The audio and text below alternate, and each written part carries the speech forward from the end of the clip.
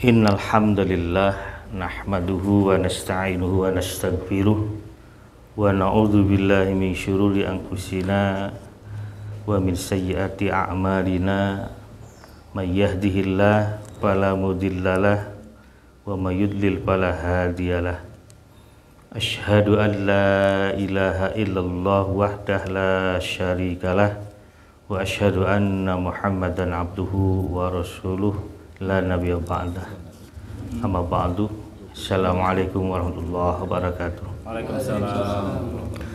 Bapak-bapak, pada malam hari ini kita akan melanjutkan dulu penjelasan terkait ayat yang lafalnya sudah kita baca pada pekan yang kemarin. Hanya waktu pekan kemarin kita baru sampai satu ayat kan ya. Nah, jadi ayat yang keberapa kemarin terakhir yang wa idza khatabahumul jahiluna qalu salaman. Berarti sekarang ayat yang 64 ya penjelasan. Baik.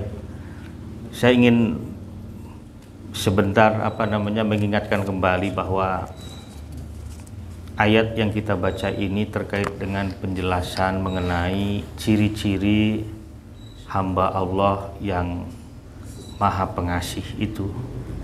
Ciri yang pertama seperti yang sudah disebutkan pada pekan yang kemarin itu, bahwa ciri pertama, karakteristik yang pertama yang ada pada hamba Allah yang Maha Penyayang itu tidak sombong, tidak takabur, rendah hati. Bahkan ketika orang-orang bodoh, orang-orang jahil itu mengajak bicara mereka dengan kata-kata yang tidak pantas, atau bisa juga kata-kata yang sulit untuk bisa dimengerti, atau kata-kata yang menjebak, atau makian, bahkan mereka membalasnya dengan salaman, dengan ucapan yang dalam bahasanya Imam Hasan Al-Basri itu sidadan. Sidadan itu artinya lurus, gitu. Artinya benar. Jadi balasannya itu tidak mendatangkan ketersinggungan, kesakitan, tetapi balasan yang mendamaikan, yang membuat orang yang menerima atau yang mencaci maki itu bahkan akhirnya merasa malu sendiri. Karena tadinya mungkin diharap bahwa hamba Allah yang Maha Pengasih itu akan membalasnya dengan kata-kata yang serupa, tapi justru sebaliknya. Ya, dia membalas dengan kata-kata yang santun, yang tegas tentu, tetapi mendamaikan hati dan juga pikiran. Nah, sekarang ciri yang ketiga dari hamba Allah Ar-Rahman itu di ayat yang ke-64 ya. Walladzina yabituna li rabbihim sujjada wa qiyama. Jadi ciri yang ketiga itu adalah orang-orang yang yabituna, bermalam. Dari bata yabitu, itu artinya bermalam. Bata baitu baitan. Bait itu sering kita maknai juga sebagai rumah. Ya. Rumah itu adalah tempat di mana kita singgah, beristirahat, tempat di mana kita bisa menenangkan diri, tempat di mana kita bisa mengumpulkan kembali pikiran ya, yang terpecah setelah seharian itu bekerja di luaran. Nah, ketika kembali ke rumah, maka tempat itu menjadi tempat yang membuat kita mestinya nyaman. Itulah mengapa kemudian Nabi pernah menyebut rumahnya itu sebagai surganya. Baiti jannati, rumahku itu bak surgaku. Nah, surga seperti yang digambarkan dalam Al-Quran itu kan tempat yang penuh dengan kedamaian, tempat yang penuh dengan ketenangan, tempat di mana orang itu bisa ngemulka.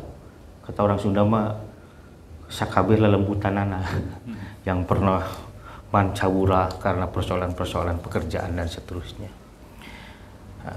Nanti ada ayat yang lain juga yang yabitun itu diartikan sebagai istirahat di malam hari.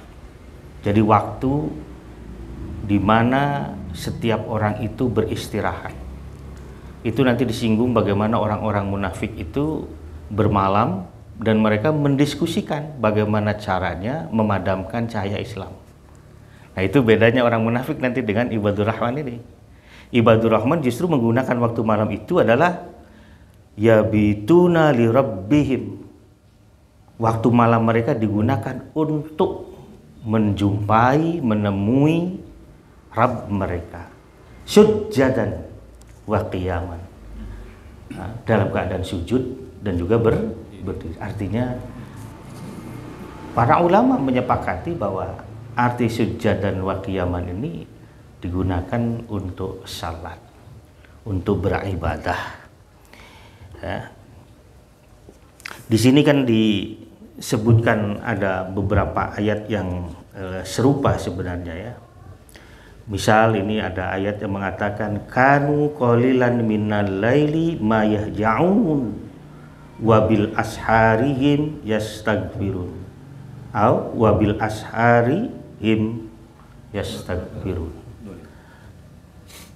Jadi mereka itu menggunakan waktu malamnya sedikit untuk tidur, ya, untuk apa namanya itu, untuk ya tidur dalam arti yang lelap begitu, tibrah begitu, sedikit sekali.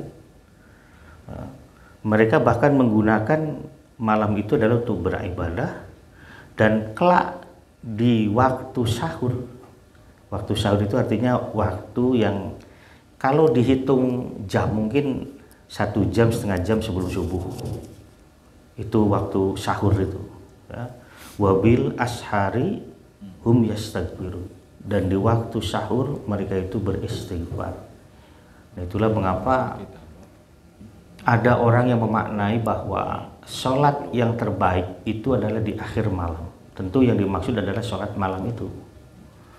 Dalam hadis ada disebutkan begini, man khofa alla yakuma fi akhiril lail fal yutir awalan. Siapa yang khawatir tidak bisa bangun di akhir malam untuk berwitir, maka laksanakan witir itu di awal malam. Ya.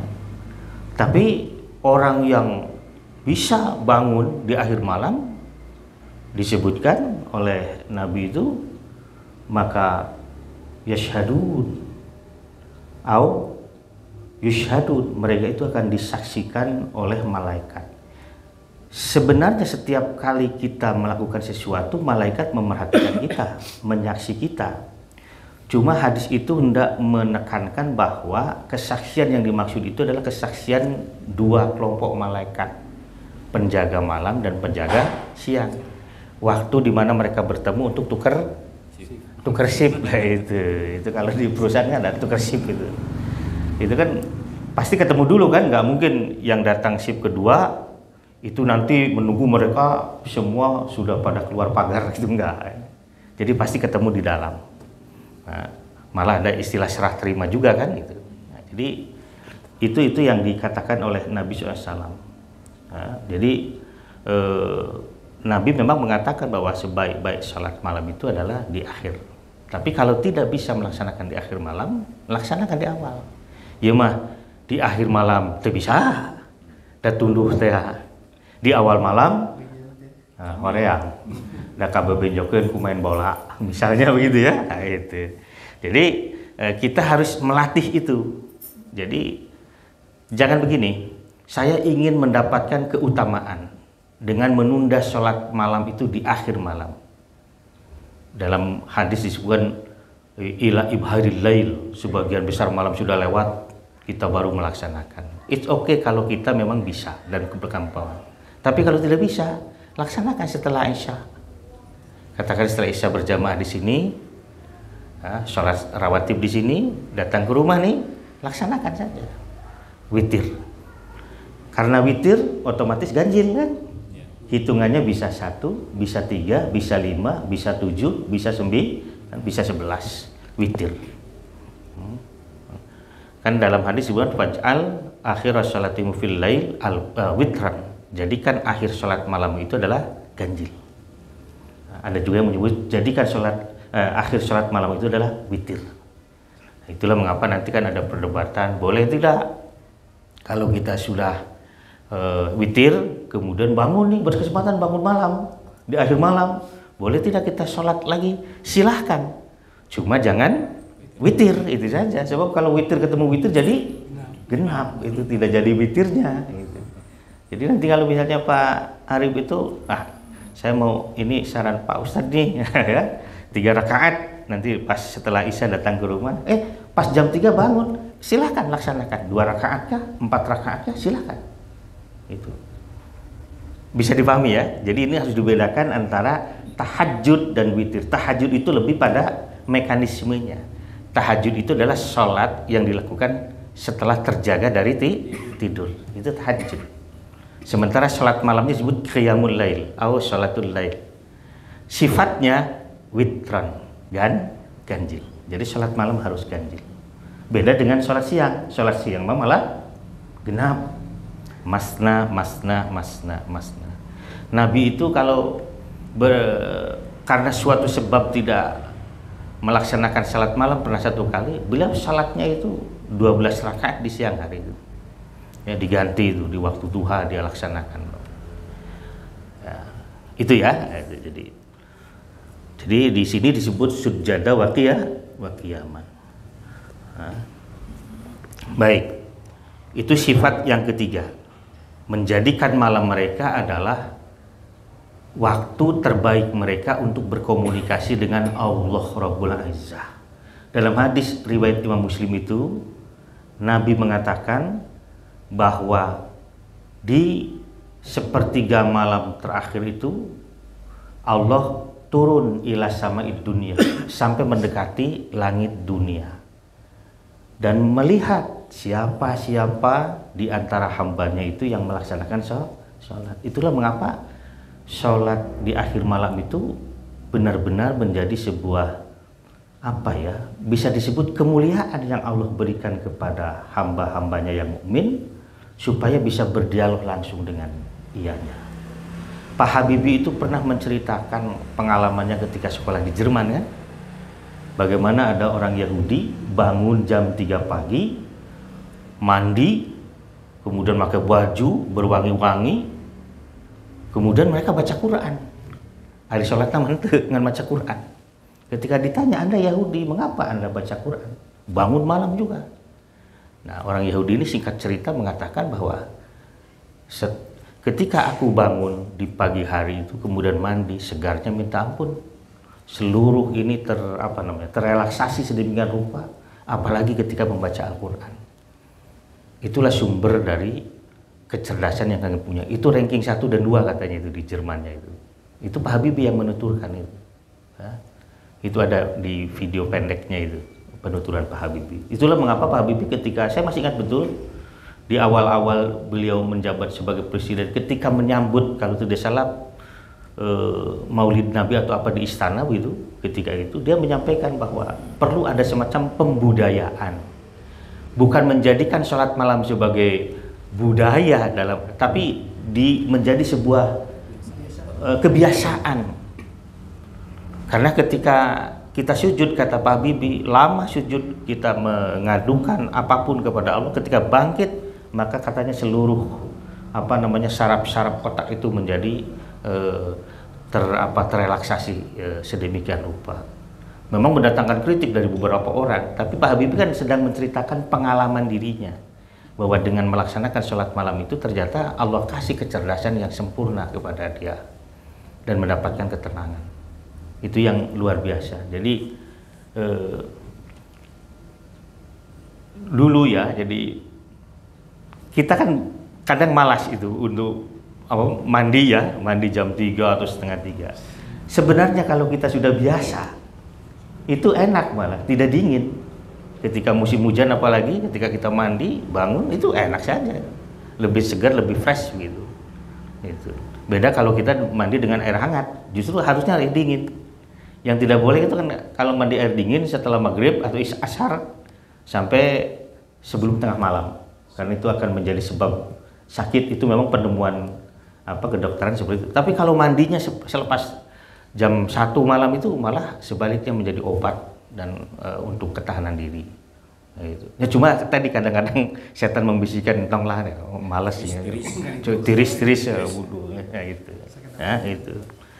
Baik.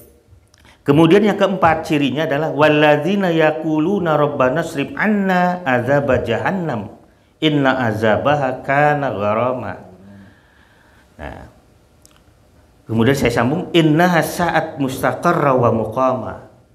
Ayat ini sedang menegaskan bahwa waktu malam yang ia gunakan untuk mendekatkan diri kepada Allah tidak disia-siakan oleh ibadur rahman ini untuk memohon kepada Allah. Apa yang dimohonkannya itu? Supaya kan di sini disebut Rabbana wahai Tuhan kami asrif anna, palingkan dari kami, jauhkan dari kami. Palingkan itu berarti nu tadinan yang hareup sina nonggongan begitu. Palingkan dari kami, jauhkan dari kami. Apa yang dijauhkan? Yang kita mohonkan azab jahannam, azab jahannam. Nah, neraka jahanam ini kan sering disebut dalam Al-Quran karena ia adalah simbol dari kesengsaraan yang sejati ya. Sebab neraka jahanam ini boleh dikatakan sebagai neraka yang agak mendingan Pak Slamet itu dibanding nanti dengan sakor ya, lazo dan macam-macam yang lain itu. Jahim, kalau jahim itu seperti open kan, bawah atas semuanya panas, kanan kiri semuanya panas. Jahanam itu bentuknya jurang yang sangat dalam, yang ketika dijatuhkan ke dalam itu butuh waktu sampai 40 tahun, bayangin. Hitungan Allah 40 tahun. Kalau di kita itu kan sehari di kita 50.000 tahun hitungan Allah. 40 tahunnya Allah berarti berapa ratus ribu itu. 50 kali 4 berapa? Itu betapa dalamnya jahanam. Tapi mereka yang disiksa dalam jahanam itu masih ada kemungkinan ditolong Allah untuk dilepaskan dari azab jahanam kalau di dalam hatinya masih ada pengakuan ketauhidan Allah, la ilaha illallah. Karena hati itu termasuk yang terakhir dijilat oleh api. Kalau memang hatinya itu kotor, maka api itu sampai ke hatinya itu. Tapi kalau hatinya bersih, hatinya akan selamat. Nah itulah yang disebut dengan kaum yang disebut jahanamiyun. Jadi orang-orang yang akan diazab dulu di neraka, kemudian setelah selesai, seluruh kesalahannya dihanguskan, dibakar, dinyatakan sudah tuntas tuh seluruh virus, bakteri dan seterusnya, maka kemudian diangkat. Setelah diangkat dikemanakan? Dimasukkan ke dalam telaga Al-Kautsar, dicuci gitu. Seperti ini kalau kita pandai besi itu ya, atau sepu emas itu kan, api kemudian diairkan, diketrek-ketrek itu kan si itunya pada hilang kan, nah, muruluk begitu kan. Seperti ketika saya di STM dulu tuh diajar ngelas di pabrikasi tuh, itu kan seperti itu. Tutung, nah, kita cahaya diketrek-ketrek itu herang begitu kan. Nah itu jahanamiyun itu namanya. Nah itu potensi orang Islam menjadi jahanamiyun besar sekali. Ya. Nah mudah-mudahan kita mah mestinya tidak masuk nganjang ke jahanam lah ya begitu. Masuk surga langsung bigari hisab lah, mudah-mudahan Allahumma amin ya Allah. Nah, itu. Mengapa kita memohon kepada Allah agar kita dipalingkan, dijauhkan, dihindarkan dari neraka jahanam? Inna azabaha kana gharaman, karena azab jahanam itu keadaannya gharama, membinasakan, mencelakakan, dan kekalnya itu abadi. Itu. Kemudian innaha, sesungguhnya jahanam itu saat seburuk-buruk mustaqarran, itu? Tempat tinggal, ya, wa muqaman, juga pemukiman. Jadi kalau ada tempat tinggal, pemukiman yang sangat buruk, itu adalah neraka, itu adalah jahanam. Itu kelak nanti di akhirat. Ya karena memang tidak ada sesuatu yang bisa menyenangkan, semuanya api. Disebut neraka dalam bahasa Quran disebut nar karena itu merujuk kepada api. Nah, cuma nanti mungkin ilmu pengetahuan bisa menjelaskan. Jadi api yang panas sekali malah balik menjadi sangat dingin sekali. Itu ada neraka yang dinginnya luar biasa yang bisa membekukan dan menghancurkan tubuh kita sedemikian rupa. Kan neraka itu ada 7 macam kan? Itu ada jahanam, ada jahim, sakor, lazab, wail, apalagi itu. Seperti surga juga ada surga Aden, ya, ada surga Naim, ya, ada yang paling atas itu Paradis atau Firdaus.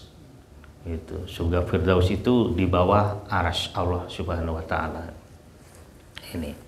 Jadi ciri yang ke berapa tadi? 4 itu adalah bahwa ibadur rahman itu selalu ada kekhawatiran di dalam dirinya bahwa amaliat yang dilakukannya itu tidak seperti yang diinginkan Allah, sehingga memohon kepada Allah, ya Allah, jangan sampai kesalahan-kesalahanku ini menjadikan sebab aku dimasukkan ke dalam jahanam.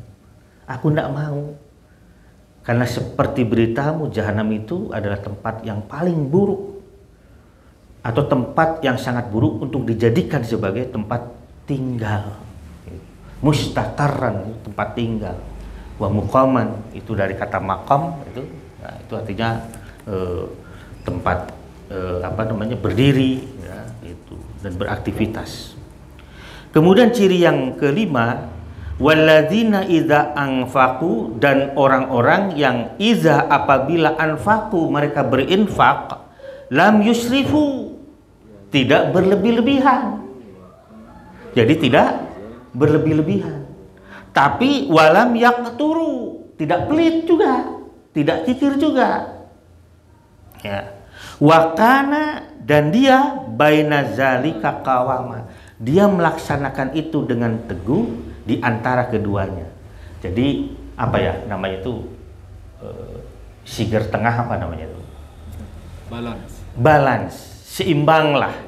Jadi tidak terlalu bro-broan begitu ya, tapi juga tidak terlalu pelit begitu. Nah, ini nanti ada ayat yang mengatakan terkait dengan ini ya. Sebentar. Nah, ini nih. Ini kalau tidak salah di dalam surah apa itu namanya? Dalam surah Al-Isra itu. Wala taj'al yadaka maglulah ila unuqika wala tabsutha kullal bast. Apa itu artinya? Artinya janganlah kamu jadikan tanganmu itu apa itu? Diikatkan ke dalam punggungmu untuk menunjukkan pedit merek. Ya? Kan kita juga kalau sok heureuy ngabobodo kayak gitu ya. Nah, iya mah karena punuk ya mah. Kayak gitu. Jadi untuk menunjukkan bahwa ini punya aku, tidak boleh ada orang lain siapapun yang merasai apa yang aku punya. Nah, itu. Tapi di sini juga Allah katakan, ya. Mana di sini juga Allah katakan wala tabsut hakulal bas, tapi juga kamu jangan terlalu apa? Menjulurkan, ya.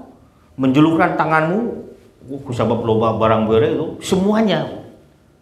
Nah, jadi yang diminta oleh Allah itu apa? Kita memberi, tapi kita juga harus menghitung terkait dengan apa yang menjadi kebutuhan kita, keluarga kita. Nah, cuma memang di sini ada pernyataan sebelum nanti ada hadis yang lain. Ini kata Imam Hasan Al-Basri, laisa fin nafaqati fi sabilillah saraf. Tidak ada itu infak di jalan Allah itu yang disebut dengan berlebihan. Ini dibuktikan oleh siapa? Abu Bakar As-Siddiq. Ingat Abu Bakar As-Siddiq ketika itu menginfakkan seluruh harta kekayaannya. Ketika ditanya apa yang kau tinggalkan untuk istri dan anakmu, Allah dan Rasulnya. Wah. Nabi marah? Tidak. Artinya apa Abu Bakar tidak paham ayat ini? Lam yusrifu walam yakturu. Apa tidak paham? Kan katanya tidak boleh berlebihan, menghabiskan semua kulal bast itu tadi. Tapi mengapa beliau itu menginfakkan seluruh harta bendanya? Sementara Umar bin Khattab setengahnya kan? Ketika Utsman bin Affan mau itu, kamu atur. Nanti ada saatnya di mana giliranmu itu. Ini memang menarik. Ya. Jadi nanti ketika terjadi sesuatu yang amat sangat menyulitkan orang Islam, ketika itu kan diboykot kan orang Islam itu, siapa yang menolong? Ya tadi Abu Bakar dengan menghabiskan. Ketika Utsman mau melakukan itu, jangan. Nanti ada saatnya kamu. Dan ternyata nanti terjadi di Madinah. Ketika orang Yahudi memonopoli pasar sedemikian rupa dan dia menjual sembako, katakanlah begitu, ke orang-orang Islam dengan harga yang amat sangat tinggi sampai orang-orang Islam tidak bisa beli. Nah, Nabi panggil tuh Utsman bin Affan. Nah, ini sekarang giliran kamu kan gitu. Maka kemudian Utsman bin Affan bernegosiasi dengan Yahudi, akhirnya itu sumur apa bisa dibeli. Dan kemudian Utsman itu kepada Rasulullah, ya Rasulullah, apa yang harus saya lakukan? Kamu lakukan, dan kamu ngerti apa yang harus kamu lakukan. Nah, kemudian dia jual dengan murah, dan orang yang tidak bisa beli karena tidak punya uang, dia sumbang. Itu yang kita sebut hari ini sebagai operasi pasar. Jadi Nabi itu yang menggagas itu yang disebut operasi pasar itu. Ya. Jadi biarkan orang-orang yang punya uang itu membeli dengan, ya kalau dia mau menghargai sesuai dengan harga pasar silahkan. Kalau misalnya dia mampunya memang setengahnya, kalau tidak bisa kasih.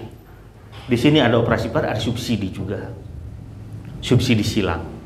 Itu Nabi sudah melakukan taktik itu. Nah, itulah mengapa ya memang kalau kita memahami sejarah Nabi memang orang yang pintar memang. Itu disebut fatona itu, pintar ya. Tahu betul kapan Utsman harus beraksi itu ya, dengan kekayaan yang luar biasa. Utsman bin Affan itu hartanya sampai hari ini masih ada. Itu kan jamaah haji itu, ya. Wah, itu berapa miliar dolar itu kalau didolarkan sekarang itu. Oh, di zaman Nabi 1400 sekian, sekarang masih dikelola itu oleh pemerintah Arab Saudi. Tetap itu menjadi hartanya Utsman bin Affan. Jariahnya tidak pernah berhenti itu orang. Luar biasa. Insya Allah ya. Itu ya. Nah, ini menurut penulisan siapa tadi? Imam Hasan al-Basri. Laisa fin nafaqah fi sabilillah saraf. Jadi tidak ada itu yang disebut dengan berlebihan kalau memang berinfak di jalan Allah.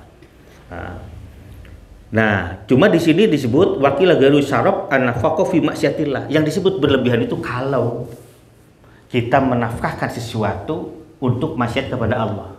Itulah mengapa ada yang bilang 100 juta, 100 miliar kita sumbangkan, bahkan sampai habis sekalipun, kita tidak akan dikatakan berlebihan. Kalau itu berangkat dari keyakinan yang utuh bahwa ini semuanya adalah milik Allah. Paham tidak maksud saya? Nah, itu. Tetapi meskipun hanya 1 rupiah, tapi kalau itu diinfakkan, tetap kan dalam bahasa Al-Quran juga infak itu namanya. Diinfakkan, dihabiskan, itu infak itu artinya Pak Edi itu. Kata nafak itu artinya menghabiskan. Dihabiskan yang seperak itu, yang 1 rupiah itu dihabiskan untuk maksiat di jalan Allah, itu yang disebut dengan syaraf. Jadi kalau begitu jangan pernah kita sekali-kali itu memberikan sesuatu dalam hal kemaksiatan untuk alasan apapun itu. Kalau itu kita tahu bahwa ini adalah akan dipakai digunakan untuk membangun tempat maksiat atau apapun begitu, atau infrastruktur kemaksiatan begitu, serupiah yang kita sumbangkan itu yang disebut dengan berlebihan. Dan Allah memang innallaha la yuhibbul musrifin. Sebenarnya Allah tidak suka kepada orang-orang yang berlebihan. Nah, orang mubadzir itu kan kanu ikhwana syayatin. Saudaranya setan disebut. Nah, cuma begini. Dalam hal ini Ibnu Katsir itu menyampaikan beberapa riwayat ya. Ini satu riwayat yang saya sampaikan. Di sini disebutkan ma'ahsanul qasdi fil ghadi. Alangkah indahnya katanya. Kalau orang kaya itu sederhana. Alangkah indahnya kesederhanaan dalam kekayaan. Jadi orang kaya tapi sederhana. Menggunakan kekayaan tidak berlebihan untuk menunjukkan pada orang bahwa dia kaya gitu. Dalam hal apapun itu, dalam hal berpakaian, dalam hal kendaraan, dalam hal makan dan macam-macam yang lain lah, tidak berlebihan begitu. Jadi kesederhanaan. Kemudian wa ma ahsanul qasdi fil faqri. Sungguh indah juga katanya kesederhanaan ketika kita fakir.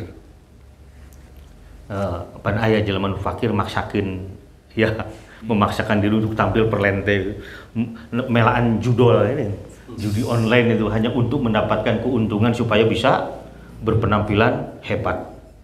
Itu hedon. Wah, itu kan supaya ya sekarang itu kadang-kadang ya memang sih ada pekerjaan-pekerjaan tertentu yang orang kadang untuk orang seperti saya masih konservatif itu kan kerja itu berangkat pagi pulang sore begitulah ya, berangkat siang pulang malam, berangkat malam pulang pagi, itu kerja. Tapi kan hari ini ada pekerjaan-pekerjaan yang orang itu diam di rumah aja, cuma ketik kirim. Tapi kan tetangganya bilang si eta mah gawe cenah padahal penghasilannya lebih gede itu orang yang tinggal di rumah itu. Hari ini kan pekerjaan banyak begitu Pak ini ya, Pak Ari Pak. Itu. Jadi ini ada yang jamaah Cimareme itu dia punya perusahaan di Jakarta, tapi banyaknya dia di Cimareme saja. Diatur karyawannya itu di sini saja. Nah, tapi ya itu tadi di jasa apa namanya itu konsultan IT yang begitu kan. Sekarang kan orang yang begini mah yang buat konten-konten itu kan tidak ketahuan itu jam kerjanya kan. Malah sekarang ada beberapa perusahaan yang menerapkan bebas jam kerja ya Pak Arif ya. Jadi yang penting 6 jam kerja saja. Yang penting pekerjaan selesai gitu. Jadi tidak mesti tidak mesti ngantor itu. Jadi sekarang itu memang macam-macam. Tapi juga karena itu kita menjadi tidak tahu siapa yang benar-benar kerja kan begitu, siapa yang tidak benar-benar kerja. Bisa saja dia itu benar tinggal di rumah, tapi seperti para imigran Cina yang datang ke kita itu, tapi mengendalikan ini Pak Yudi apa namanya, judi online itu yang ketangkap itu kan di Bandung Barat kemarin itu perempuan itu, aduh ya Allah ya Rabb, ini perempuan-perempuan yang ya sudah mungkin punya keluarga usia 30-an 40-an gitu. Itu orang-orang kita, orang Bandung Barat itu. Itu berita di TV saya juga, ya daerah mana Bandung Baratnya? Kan saya juga Bandung Barat ya. Gitu. Ya daerah mana ya kira-kira gitu ya. Gitu.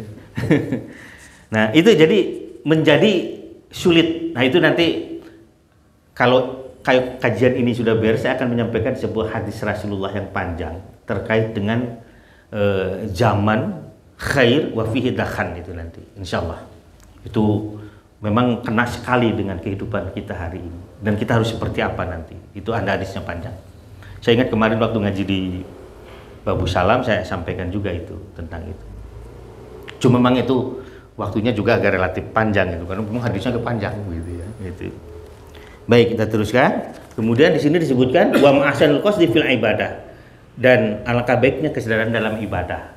Jadi memang begini, kita ini dalam hal apapun diupayakan untuk tidak berlebihan.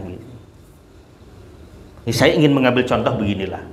Kita kan sering, apa itu namanya ya, mengapa para thalibul ilmi itu lebih afdol minal abid daripada ahli ibadah. Karena orang yang berilmu tahu betul kadarnya. Sholat itu harus seperti apa. Dan bagaimana kita melaksanakan ibadah. Entah asal jungkir balik tapi dia tahu pemaknaannya. Ruku itu apa, sujud itu apa maksudnya. Duduk di antara sujud itu apa tujuannya dan seterusnya. Tapi abid itu hanya mengandalkan keikhlasan dan ketulusan hati tanpa ilmu. Nah, orang yang berilmu beribadah itu tentu derajatnya lebih tinggi. Itu ada hadisnya panjang juga itu. Itulah mengapa antara orang berilmu dengan ahli ibadah itu rentangnya seperti bintang yang satu dengan bintang yang lainnya. Posisinya. Jadi abid itu di bawah, ahli ilmu itu di atas. Itu sesuai dengan ayatnya. Yarfa'illahu alladzina amanu waladzina utul ilma darajat itu. Jadi orang beriman dan berilmu itu derajatnya itu akan lebih tinggi dari ahli ibadah. Nah ini ya kan kadang-kadang Ini maaf, itulah mengapa Allah mengatakan wala takfu ma laisa laka bi'ilmun. Kamu jangan melakukan sesuatu. Berhenti itu bukan berhenti maksudnya berhenti melakukan, tapi melakukan sesuatu berhenti dengan ilmu itu. Tapi kamu tidak tahu sebenarnya hakikat dari itu yang kita lakukan itu apa, itu kamu tidak tahu. Innas sam'a wal basar wal fuad kullu ulaika kana anhu mas'ula. Jadi artinya bahwa seluruh aktivitas kita itu kan ditanya Allah, mengapa kamu melakukan ini, mengapa kamu melakukan itu. Nah, ini yang harus hati-hati.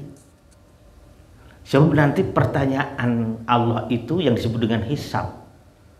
Itu kata Nabi, seringan-ringannya hisab itu menyulitkan, menyusahkan dan menyesakkan dada dan pikiran. Itu kata Nabi. Itu mengapa orang-orang berlomba lamun bisa asup surga atau kudu dihisab. Sebab hisab seringan apapun itu akan menyusahkan. Seperti sakratul maut. Sakratul maut seringan apapun itu, ya namanya juga sakrat, mabok. Kita dengar orang kafir, kafir itu membawa kekufuran ketika matinya, kita tahu dia tidak dalam keislaman, gitu ya. Kelihatan senyum, ya kelihatannya oleh kita, padahal mungkin dia sedang menahan sakit.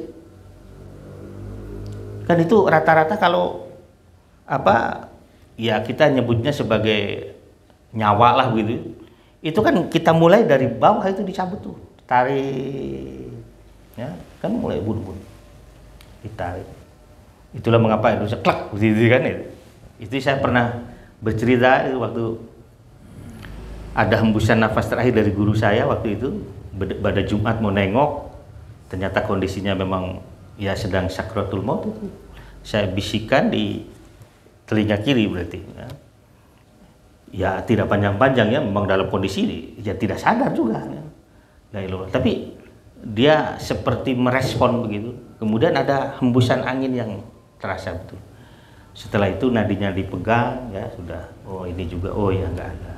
Itu pada Jumat itu guru saya meninggal. Itu rata-rata. Ya. Hanya memang yang paling sakit itu kata Nabi, kalau kita dicabut nyawa melalui itu tuh jempol itu. Itu seperti di duri yang ditarik gitu, dari dalam tubuh kita. Itu perih, sakit dan sebagainya. Cuma memang kita yang hidup kan tidak tahu, sebab sakratul maut adalah alam lain. Yang merasai siapa? Ya orang yang bersangkutan. Si calon mayit itu tadi. Kita sendiri tidak tahu. Itulah mengapa sebisa-bisa kalau ada lakinu mautakum kan, talkinkan orang yang akan mati. Jadi kalau ada di antara keluarga kita yang repot sekali, kita jangan pernah jauh dari dia. Atau amanahkan kepada seseorang untuk terus mendampingi. Karena apa? Setan itu akan mendatangi orang yang akan mati dan akan mengaku aku nabi, aku malaikat, bahkan akan mengaku aku Tuhan. Itu pas selamat harus ada. Itulah mengapa tanamkan sejak sekarang itu la ilaha illallah di dalam hati supaya tidak terkecoh nanti ketika sakratul maut. Sebab sakratul maut adalah kondisi mabuk. Ya bukan halusinasi ya. Jadi ya tadi ada banyak hal. Saya ingat betul itu ada seseorang yang mengatakan kepada saya itu, dia menyebutnya mang, saya itu mang siun. Dia menunjuk sesuatu di depan itu. Yang kita tidak tahu apa, karena saya juga tidak tahu apa yang dia tahu. Takut. Kemudian saya bilang, ucapkan la ilaha illallah. Istighfar saya bilang, istighfar, kemudian bersyahadah kepada Allah. Ya, ucapkan jangan berhenti la ilaha illallah. Gitu. Dan memang akhirnya tenang. Gitu. Jadi ya kan pertanyaan kubur sudah dibocorkan sekarang kan, marobuka, mana nabiyuka, udah ngapalkeun we ayeuna gitu. Padahal mah bukan begitu juga. Kalau kita tidak mengamalkan, tidak menjadi urat daging, darah dan tulang kita. Sementara yang dibutuhkan adalah seluruh hembusan nafas kita itu adalah tauhid ilallah. Itu yang diperlukan. Sehingga nanti ketika ditanya kita mudah saja. Itu nanti ada dalam Kitabul Janaiz Imam Bukhari itu dijelaskan mengenai prosesi, kita sebut saja sebegitulah, prosesi kematian itu seperti apa. Itu ya serem juga tuh, ngeri-ngeri sedap ya. Orang yang beriman enak ketika dicabut nyawa itu, ruhnya disimpan di nampan yang pakai wol lembut ya, diberi wewangian, kemudian dibawa oleh malaikat itu dengan santun sekali. Ketika sampai ke sama dunia, langit dunia, ditanya siapa dia, ini adalah hamba Allah si fulan, anaknya si fulan. Dibukakan pintu langit dunia yang pertama, kemudian naik ke atas, ditanya oleh penjaga malaikat penjaga langit yang kedua. Itu hadis sahih hari itu. Ini siapa? Si fulan, anak si fulan. Wangi benar dia, silahkan. Sampai ke langit 7. Setelah langit 7 diturunkan kembali, baru dimasukkan kembali itu ke jasadnya. Ada yang mengatakan begitu, ada yang kemudian didudukan, kemudian malaikat datang ditanya prosesinya.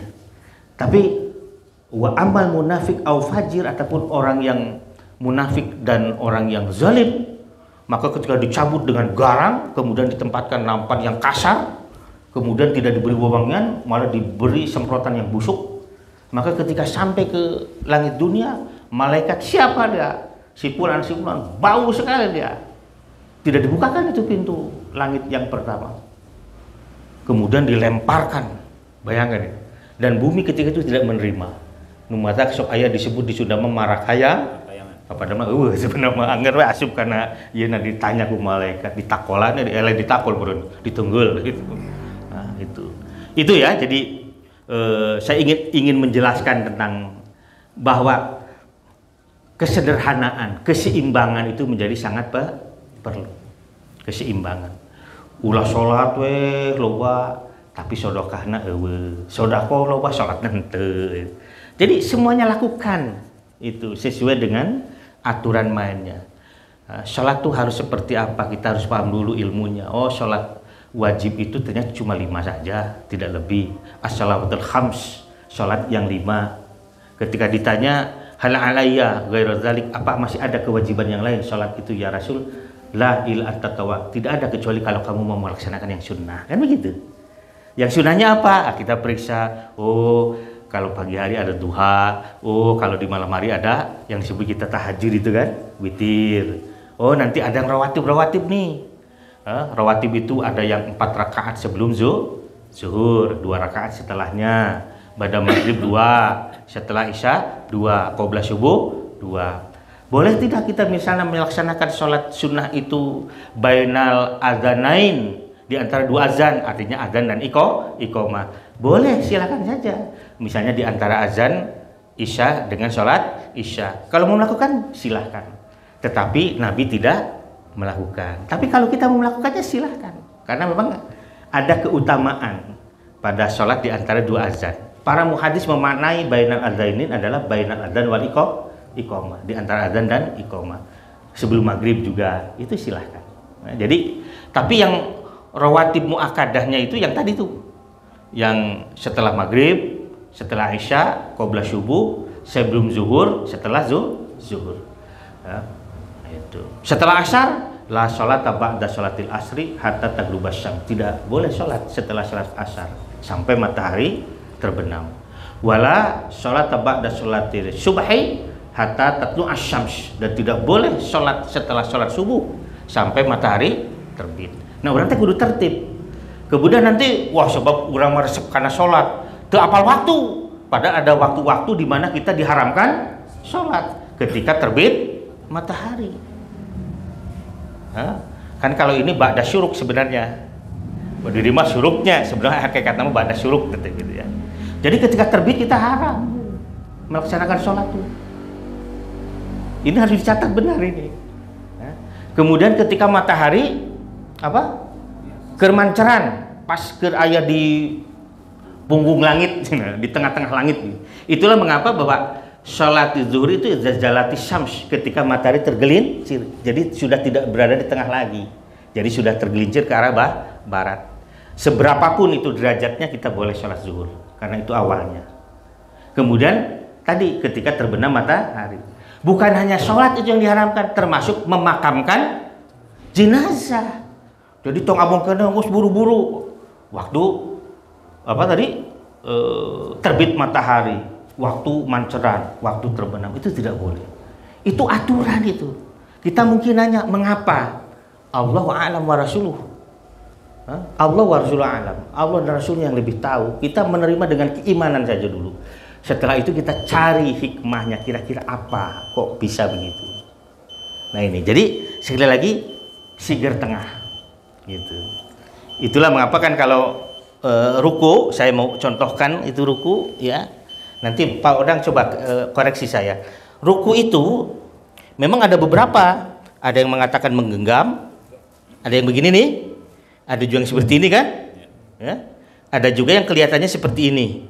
Nah itu sebenarnya sepanjang lututnya itu digenggam tidak apa-apa. Kemudian ini punggung itu harus rata benar. Itu hal-hal seperti itu. Cuma nanti memang ada beberapa perbedaan. Misalnya ketika sujud, apakah jari-jari kaki ini itu kan ulama menyepakati semuanya mengarahkan ke kiblatnya. Cuma ada yang mengatakan berdiri seperti ini, ada yang juga ditikal kendaraan. Contohnya begini. Ada yang mengatakan begini, ini. Ya enggak? Ada juga yang seperti ini. Nah itu. Nah, saya memilih yang terakhir tadi. Itu. Nah. Kemudian juga tangan. Tertib sekali tuh Nabi itu mencontohkan itu. Ya. Jadi bagaimana posisi jari jemari ketika sujud dan bagaimana ketika duduk di antara dua sujud.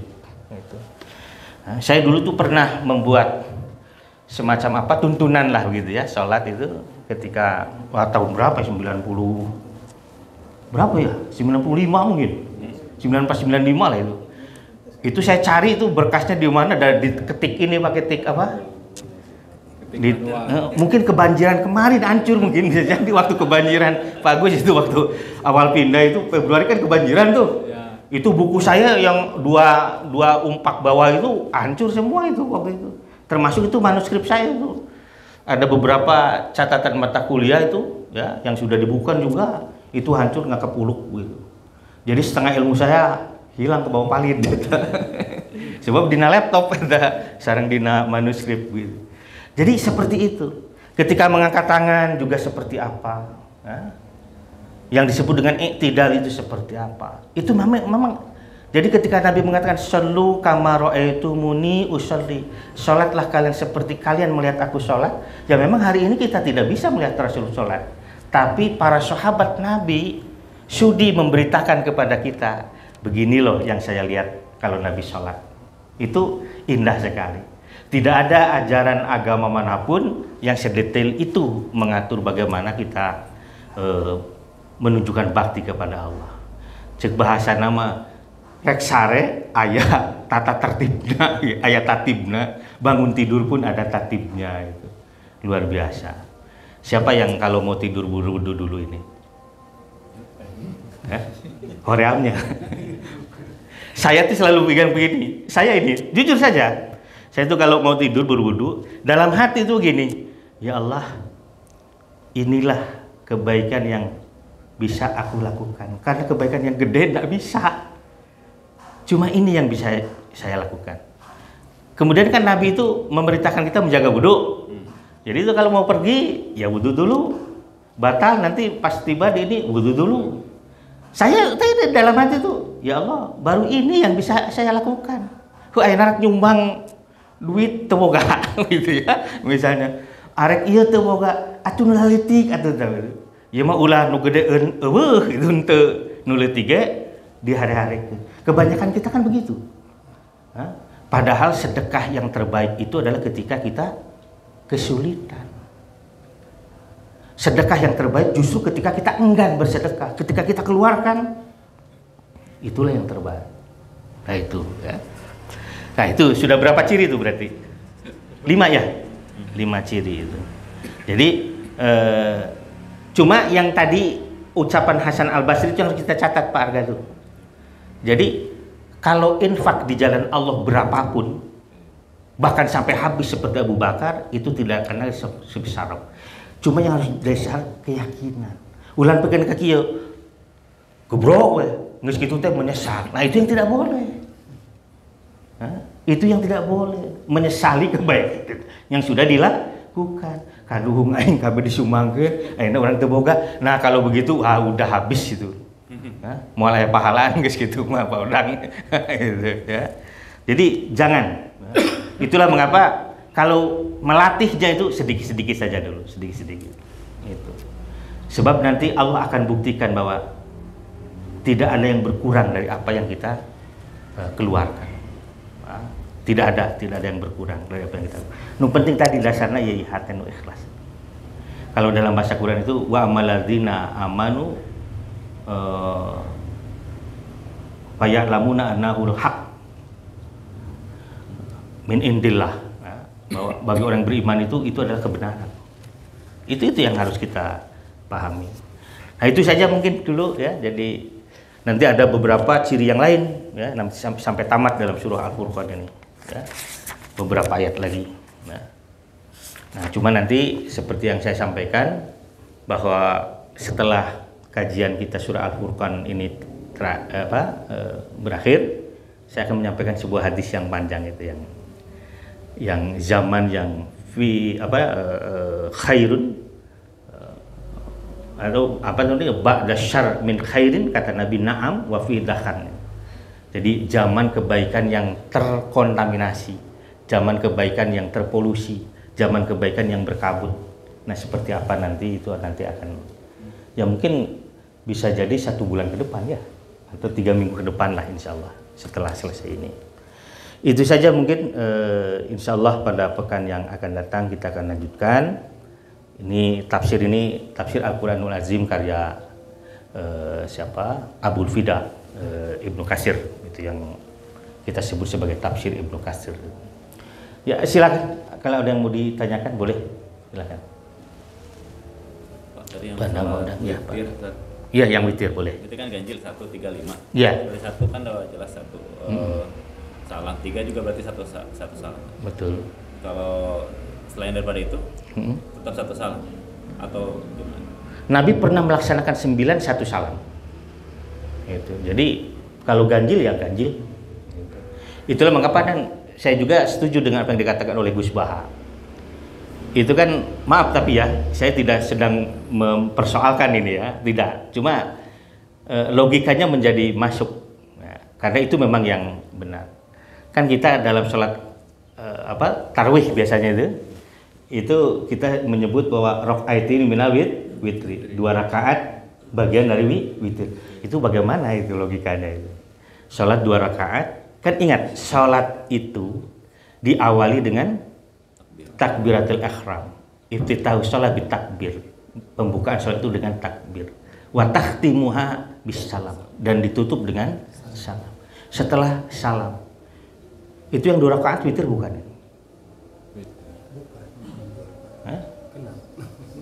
Disebut witir memang tidak witir karena kan sholatnya sudah berakhir 2 rakaat itu.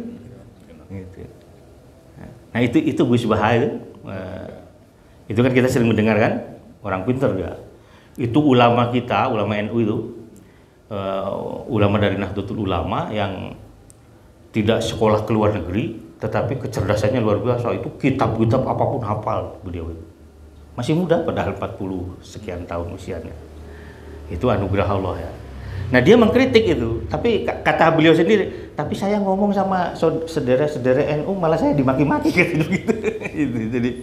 Nah jadi mestinya kalau 3 ya 3 saja, 3 langsung. Gitu. 2 plus 1. Ya itu mengapa disebut 21. 20 itu tarwihnya, 1-nya witir. Jadi kalau ditanya itu berapa witirnya? 1 itu. Bukan 3 tapi 1.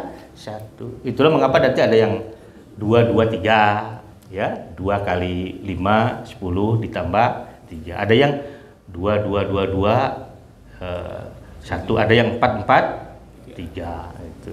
Jadi nu kieu mah teu kudu dipasyakeun, amalkeun nu bener gitu ya. Ulah ribut babuk hitungan rakaat. Oh, ribut we gitu ya. Salat teu. Nah, salat teu. Aing daripada ribut aing mah salat sekalian mah. Masjid Muhajirin gawe ngaribut we.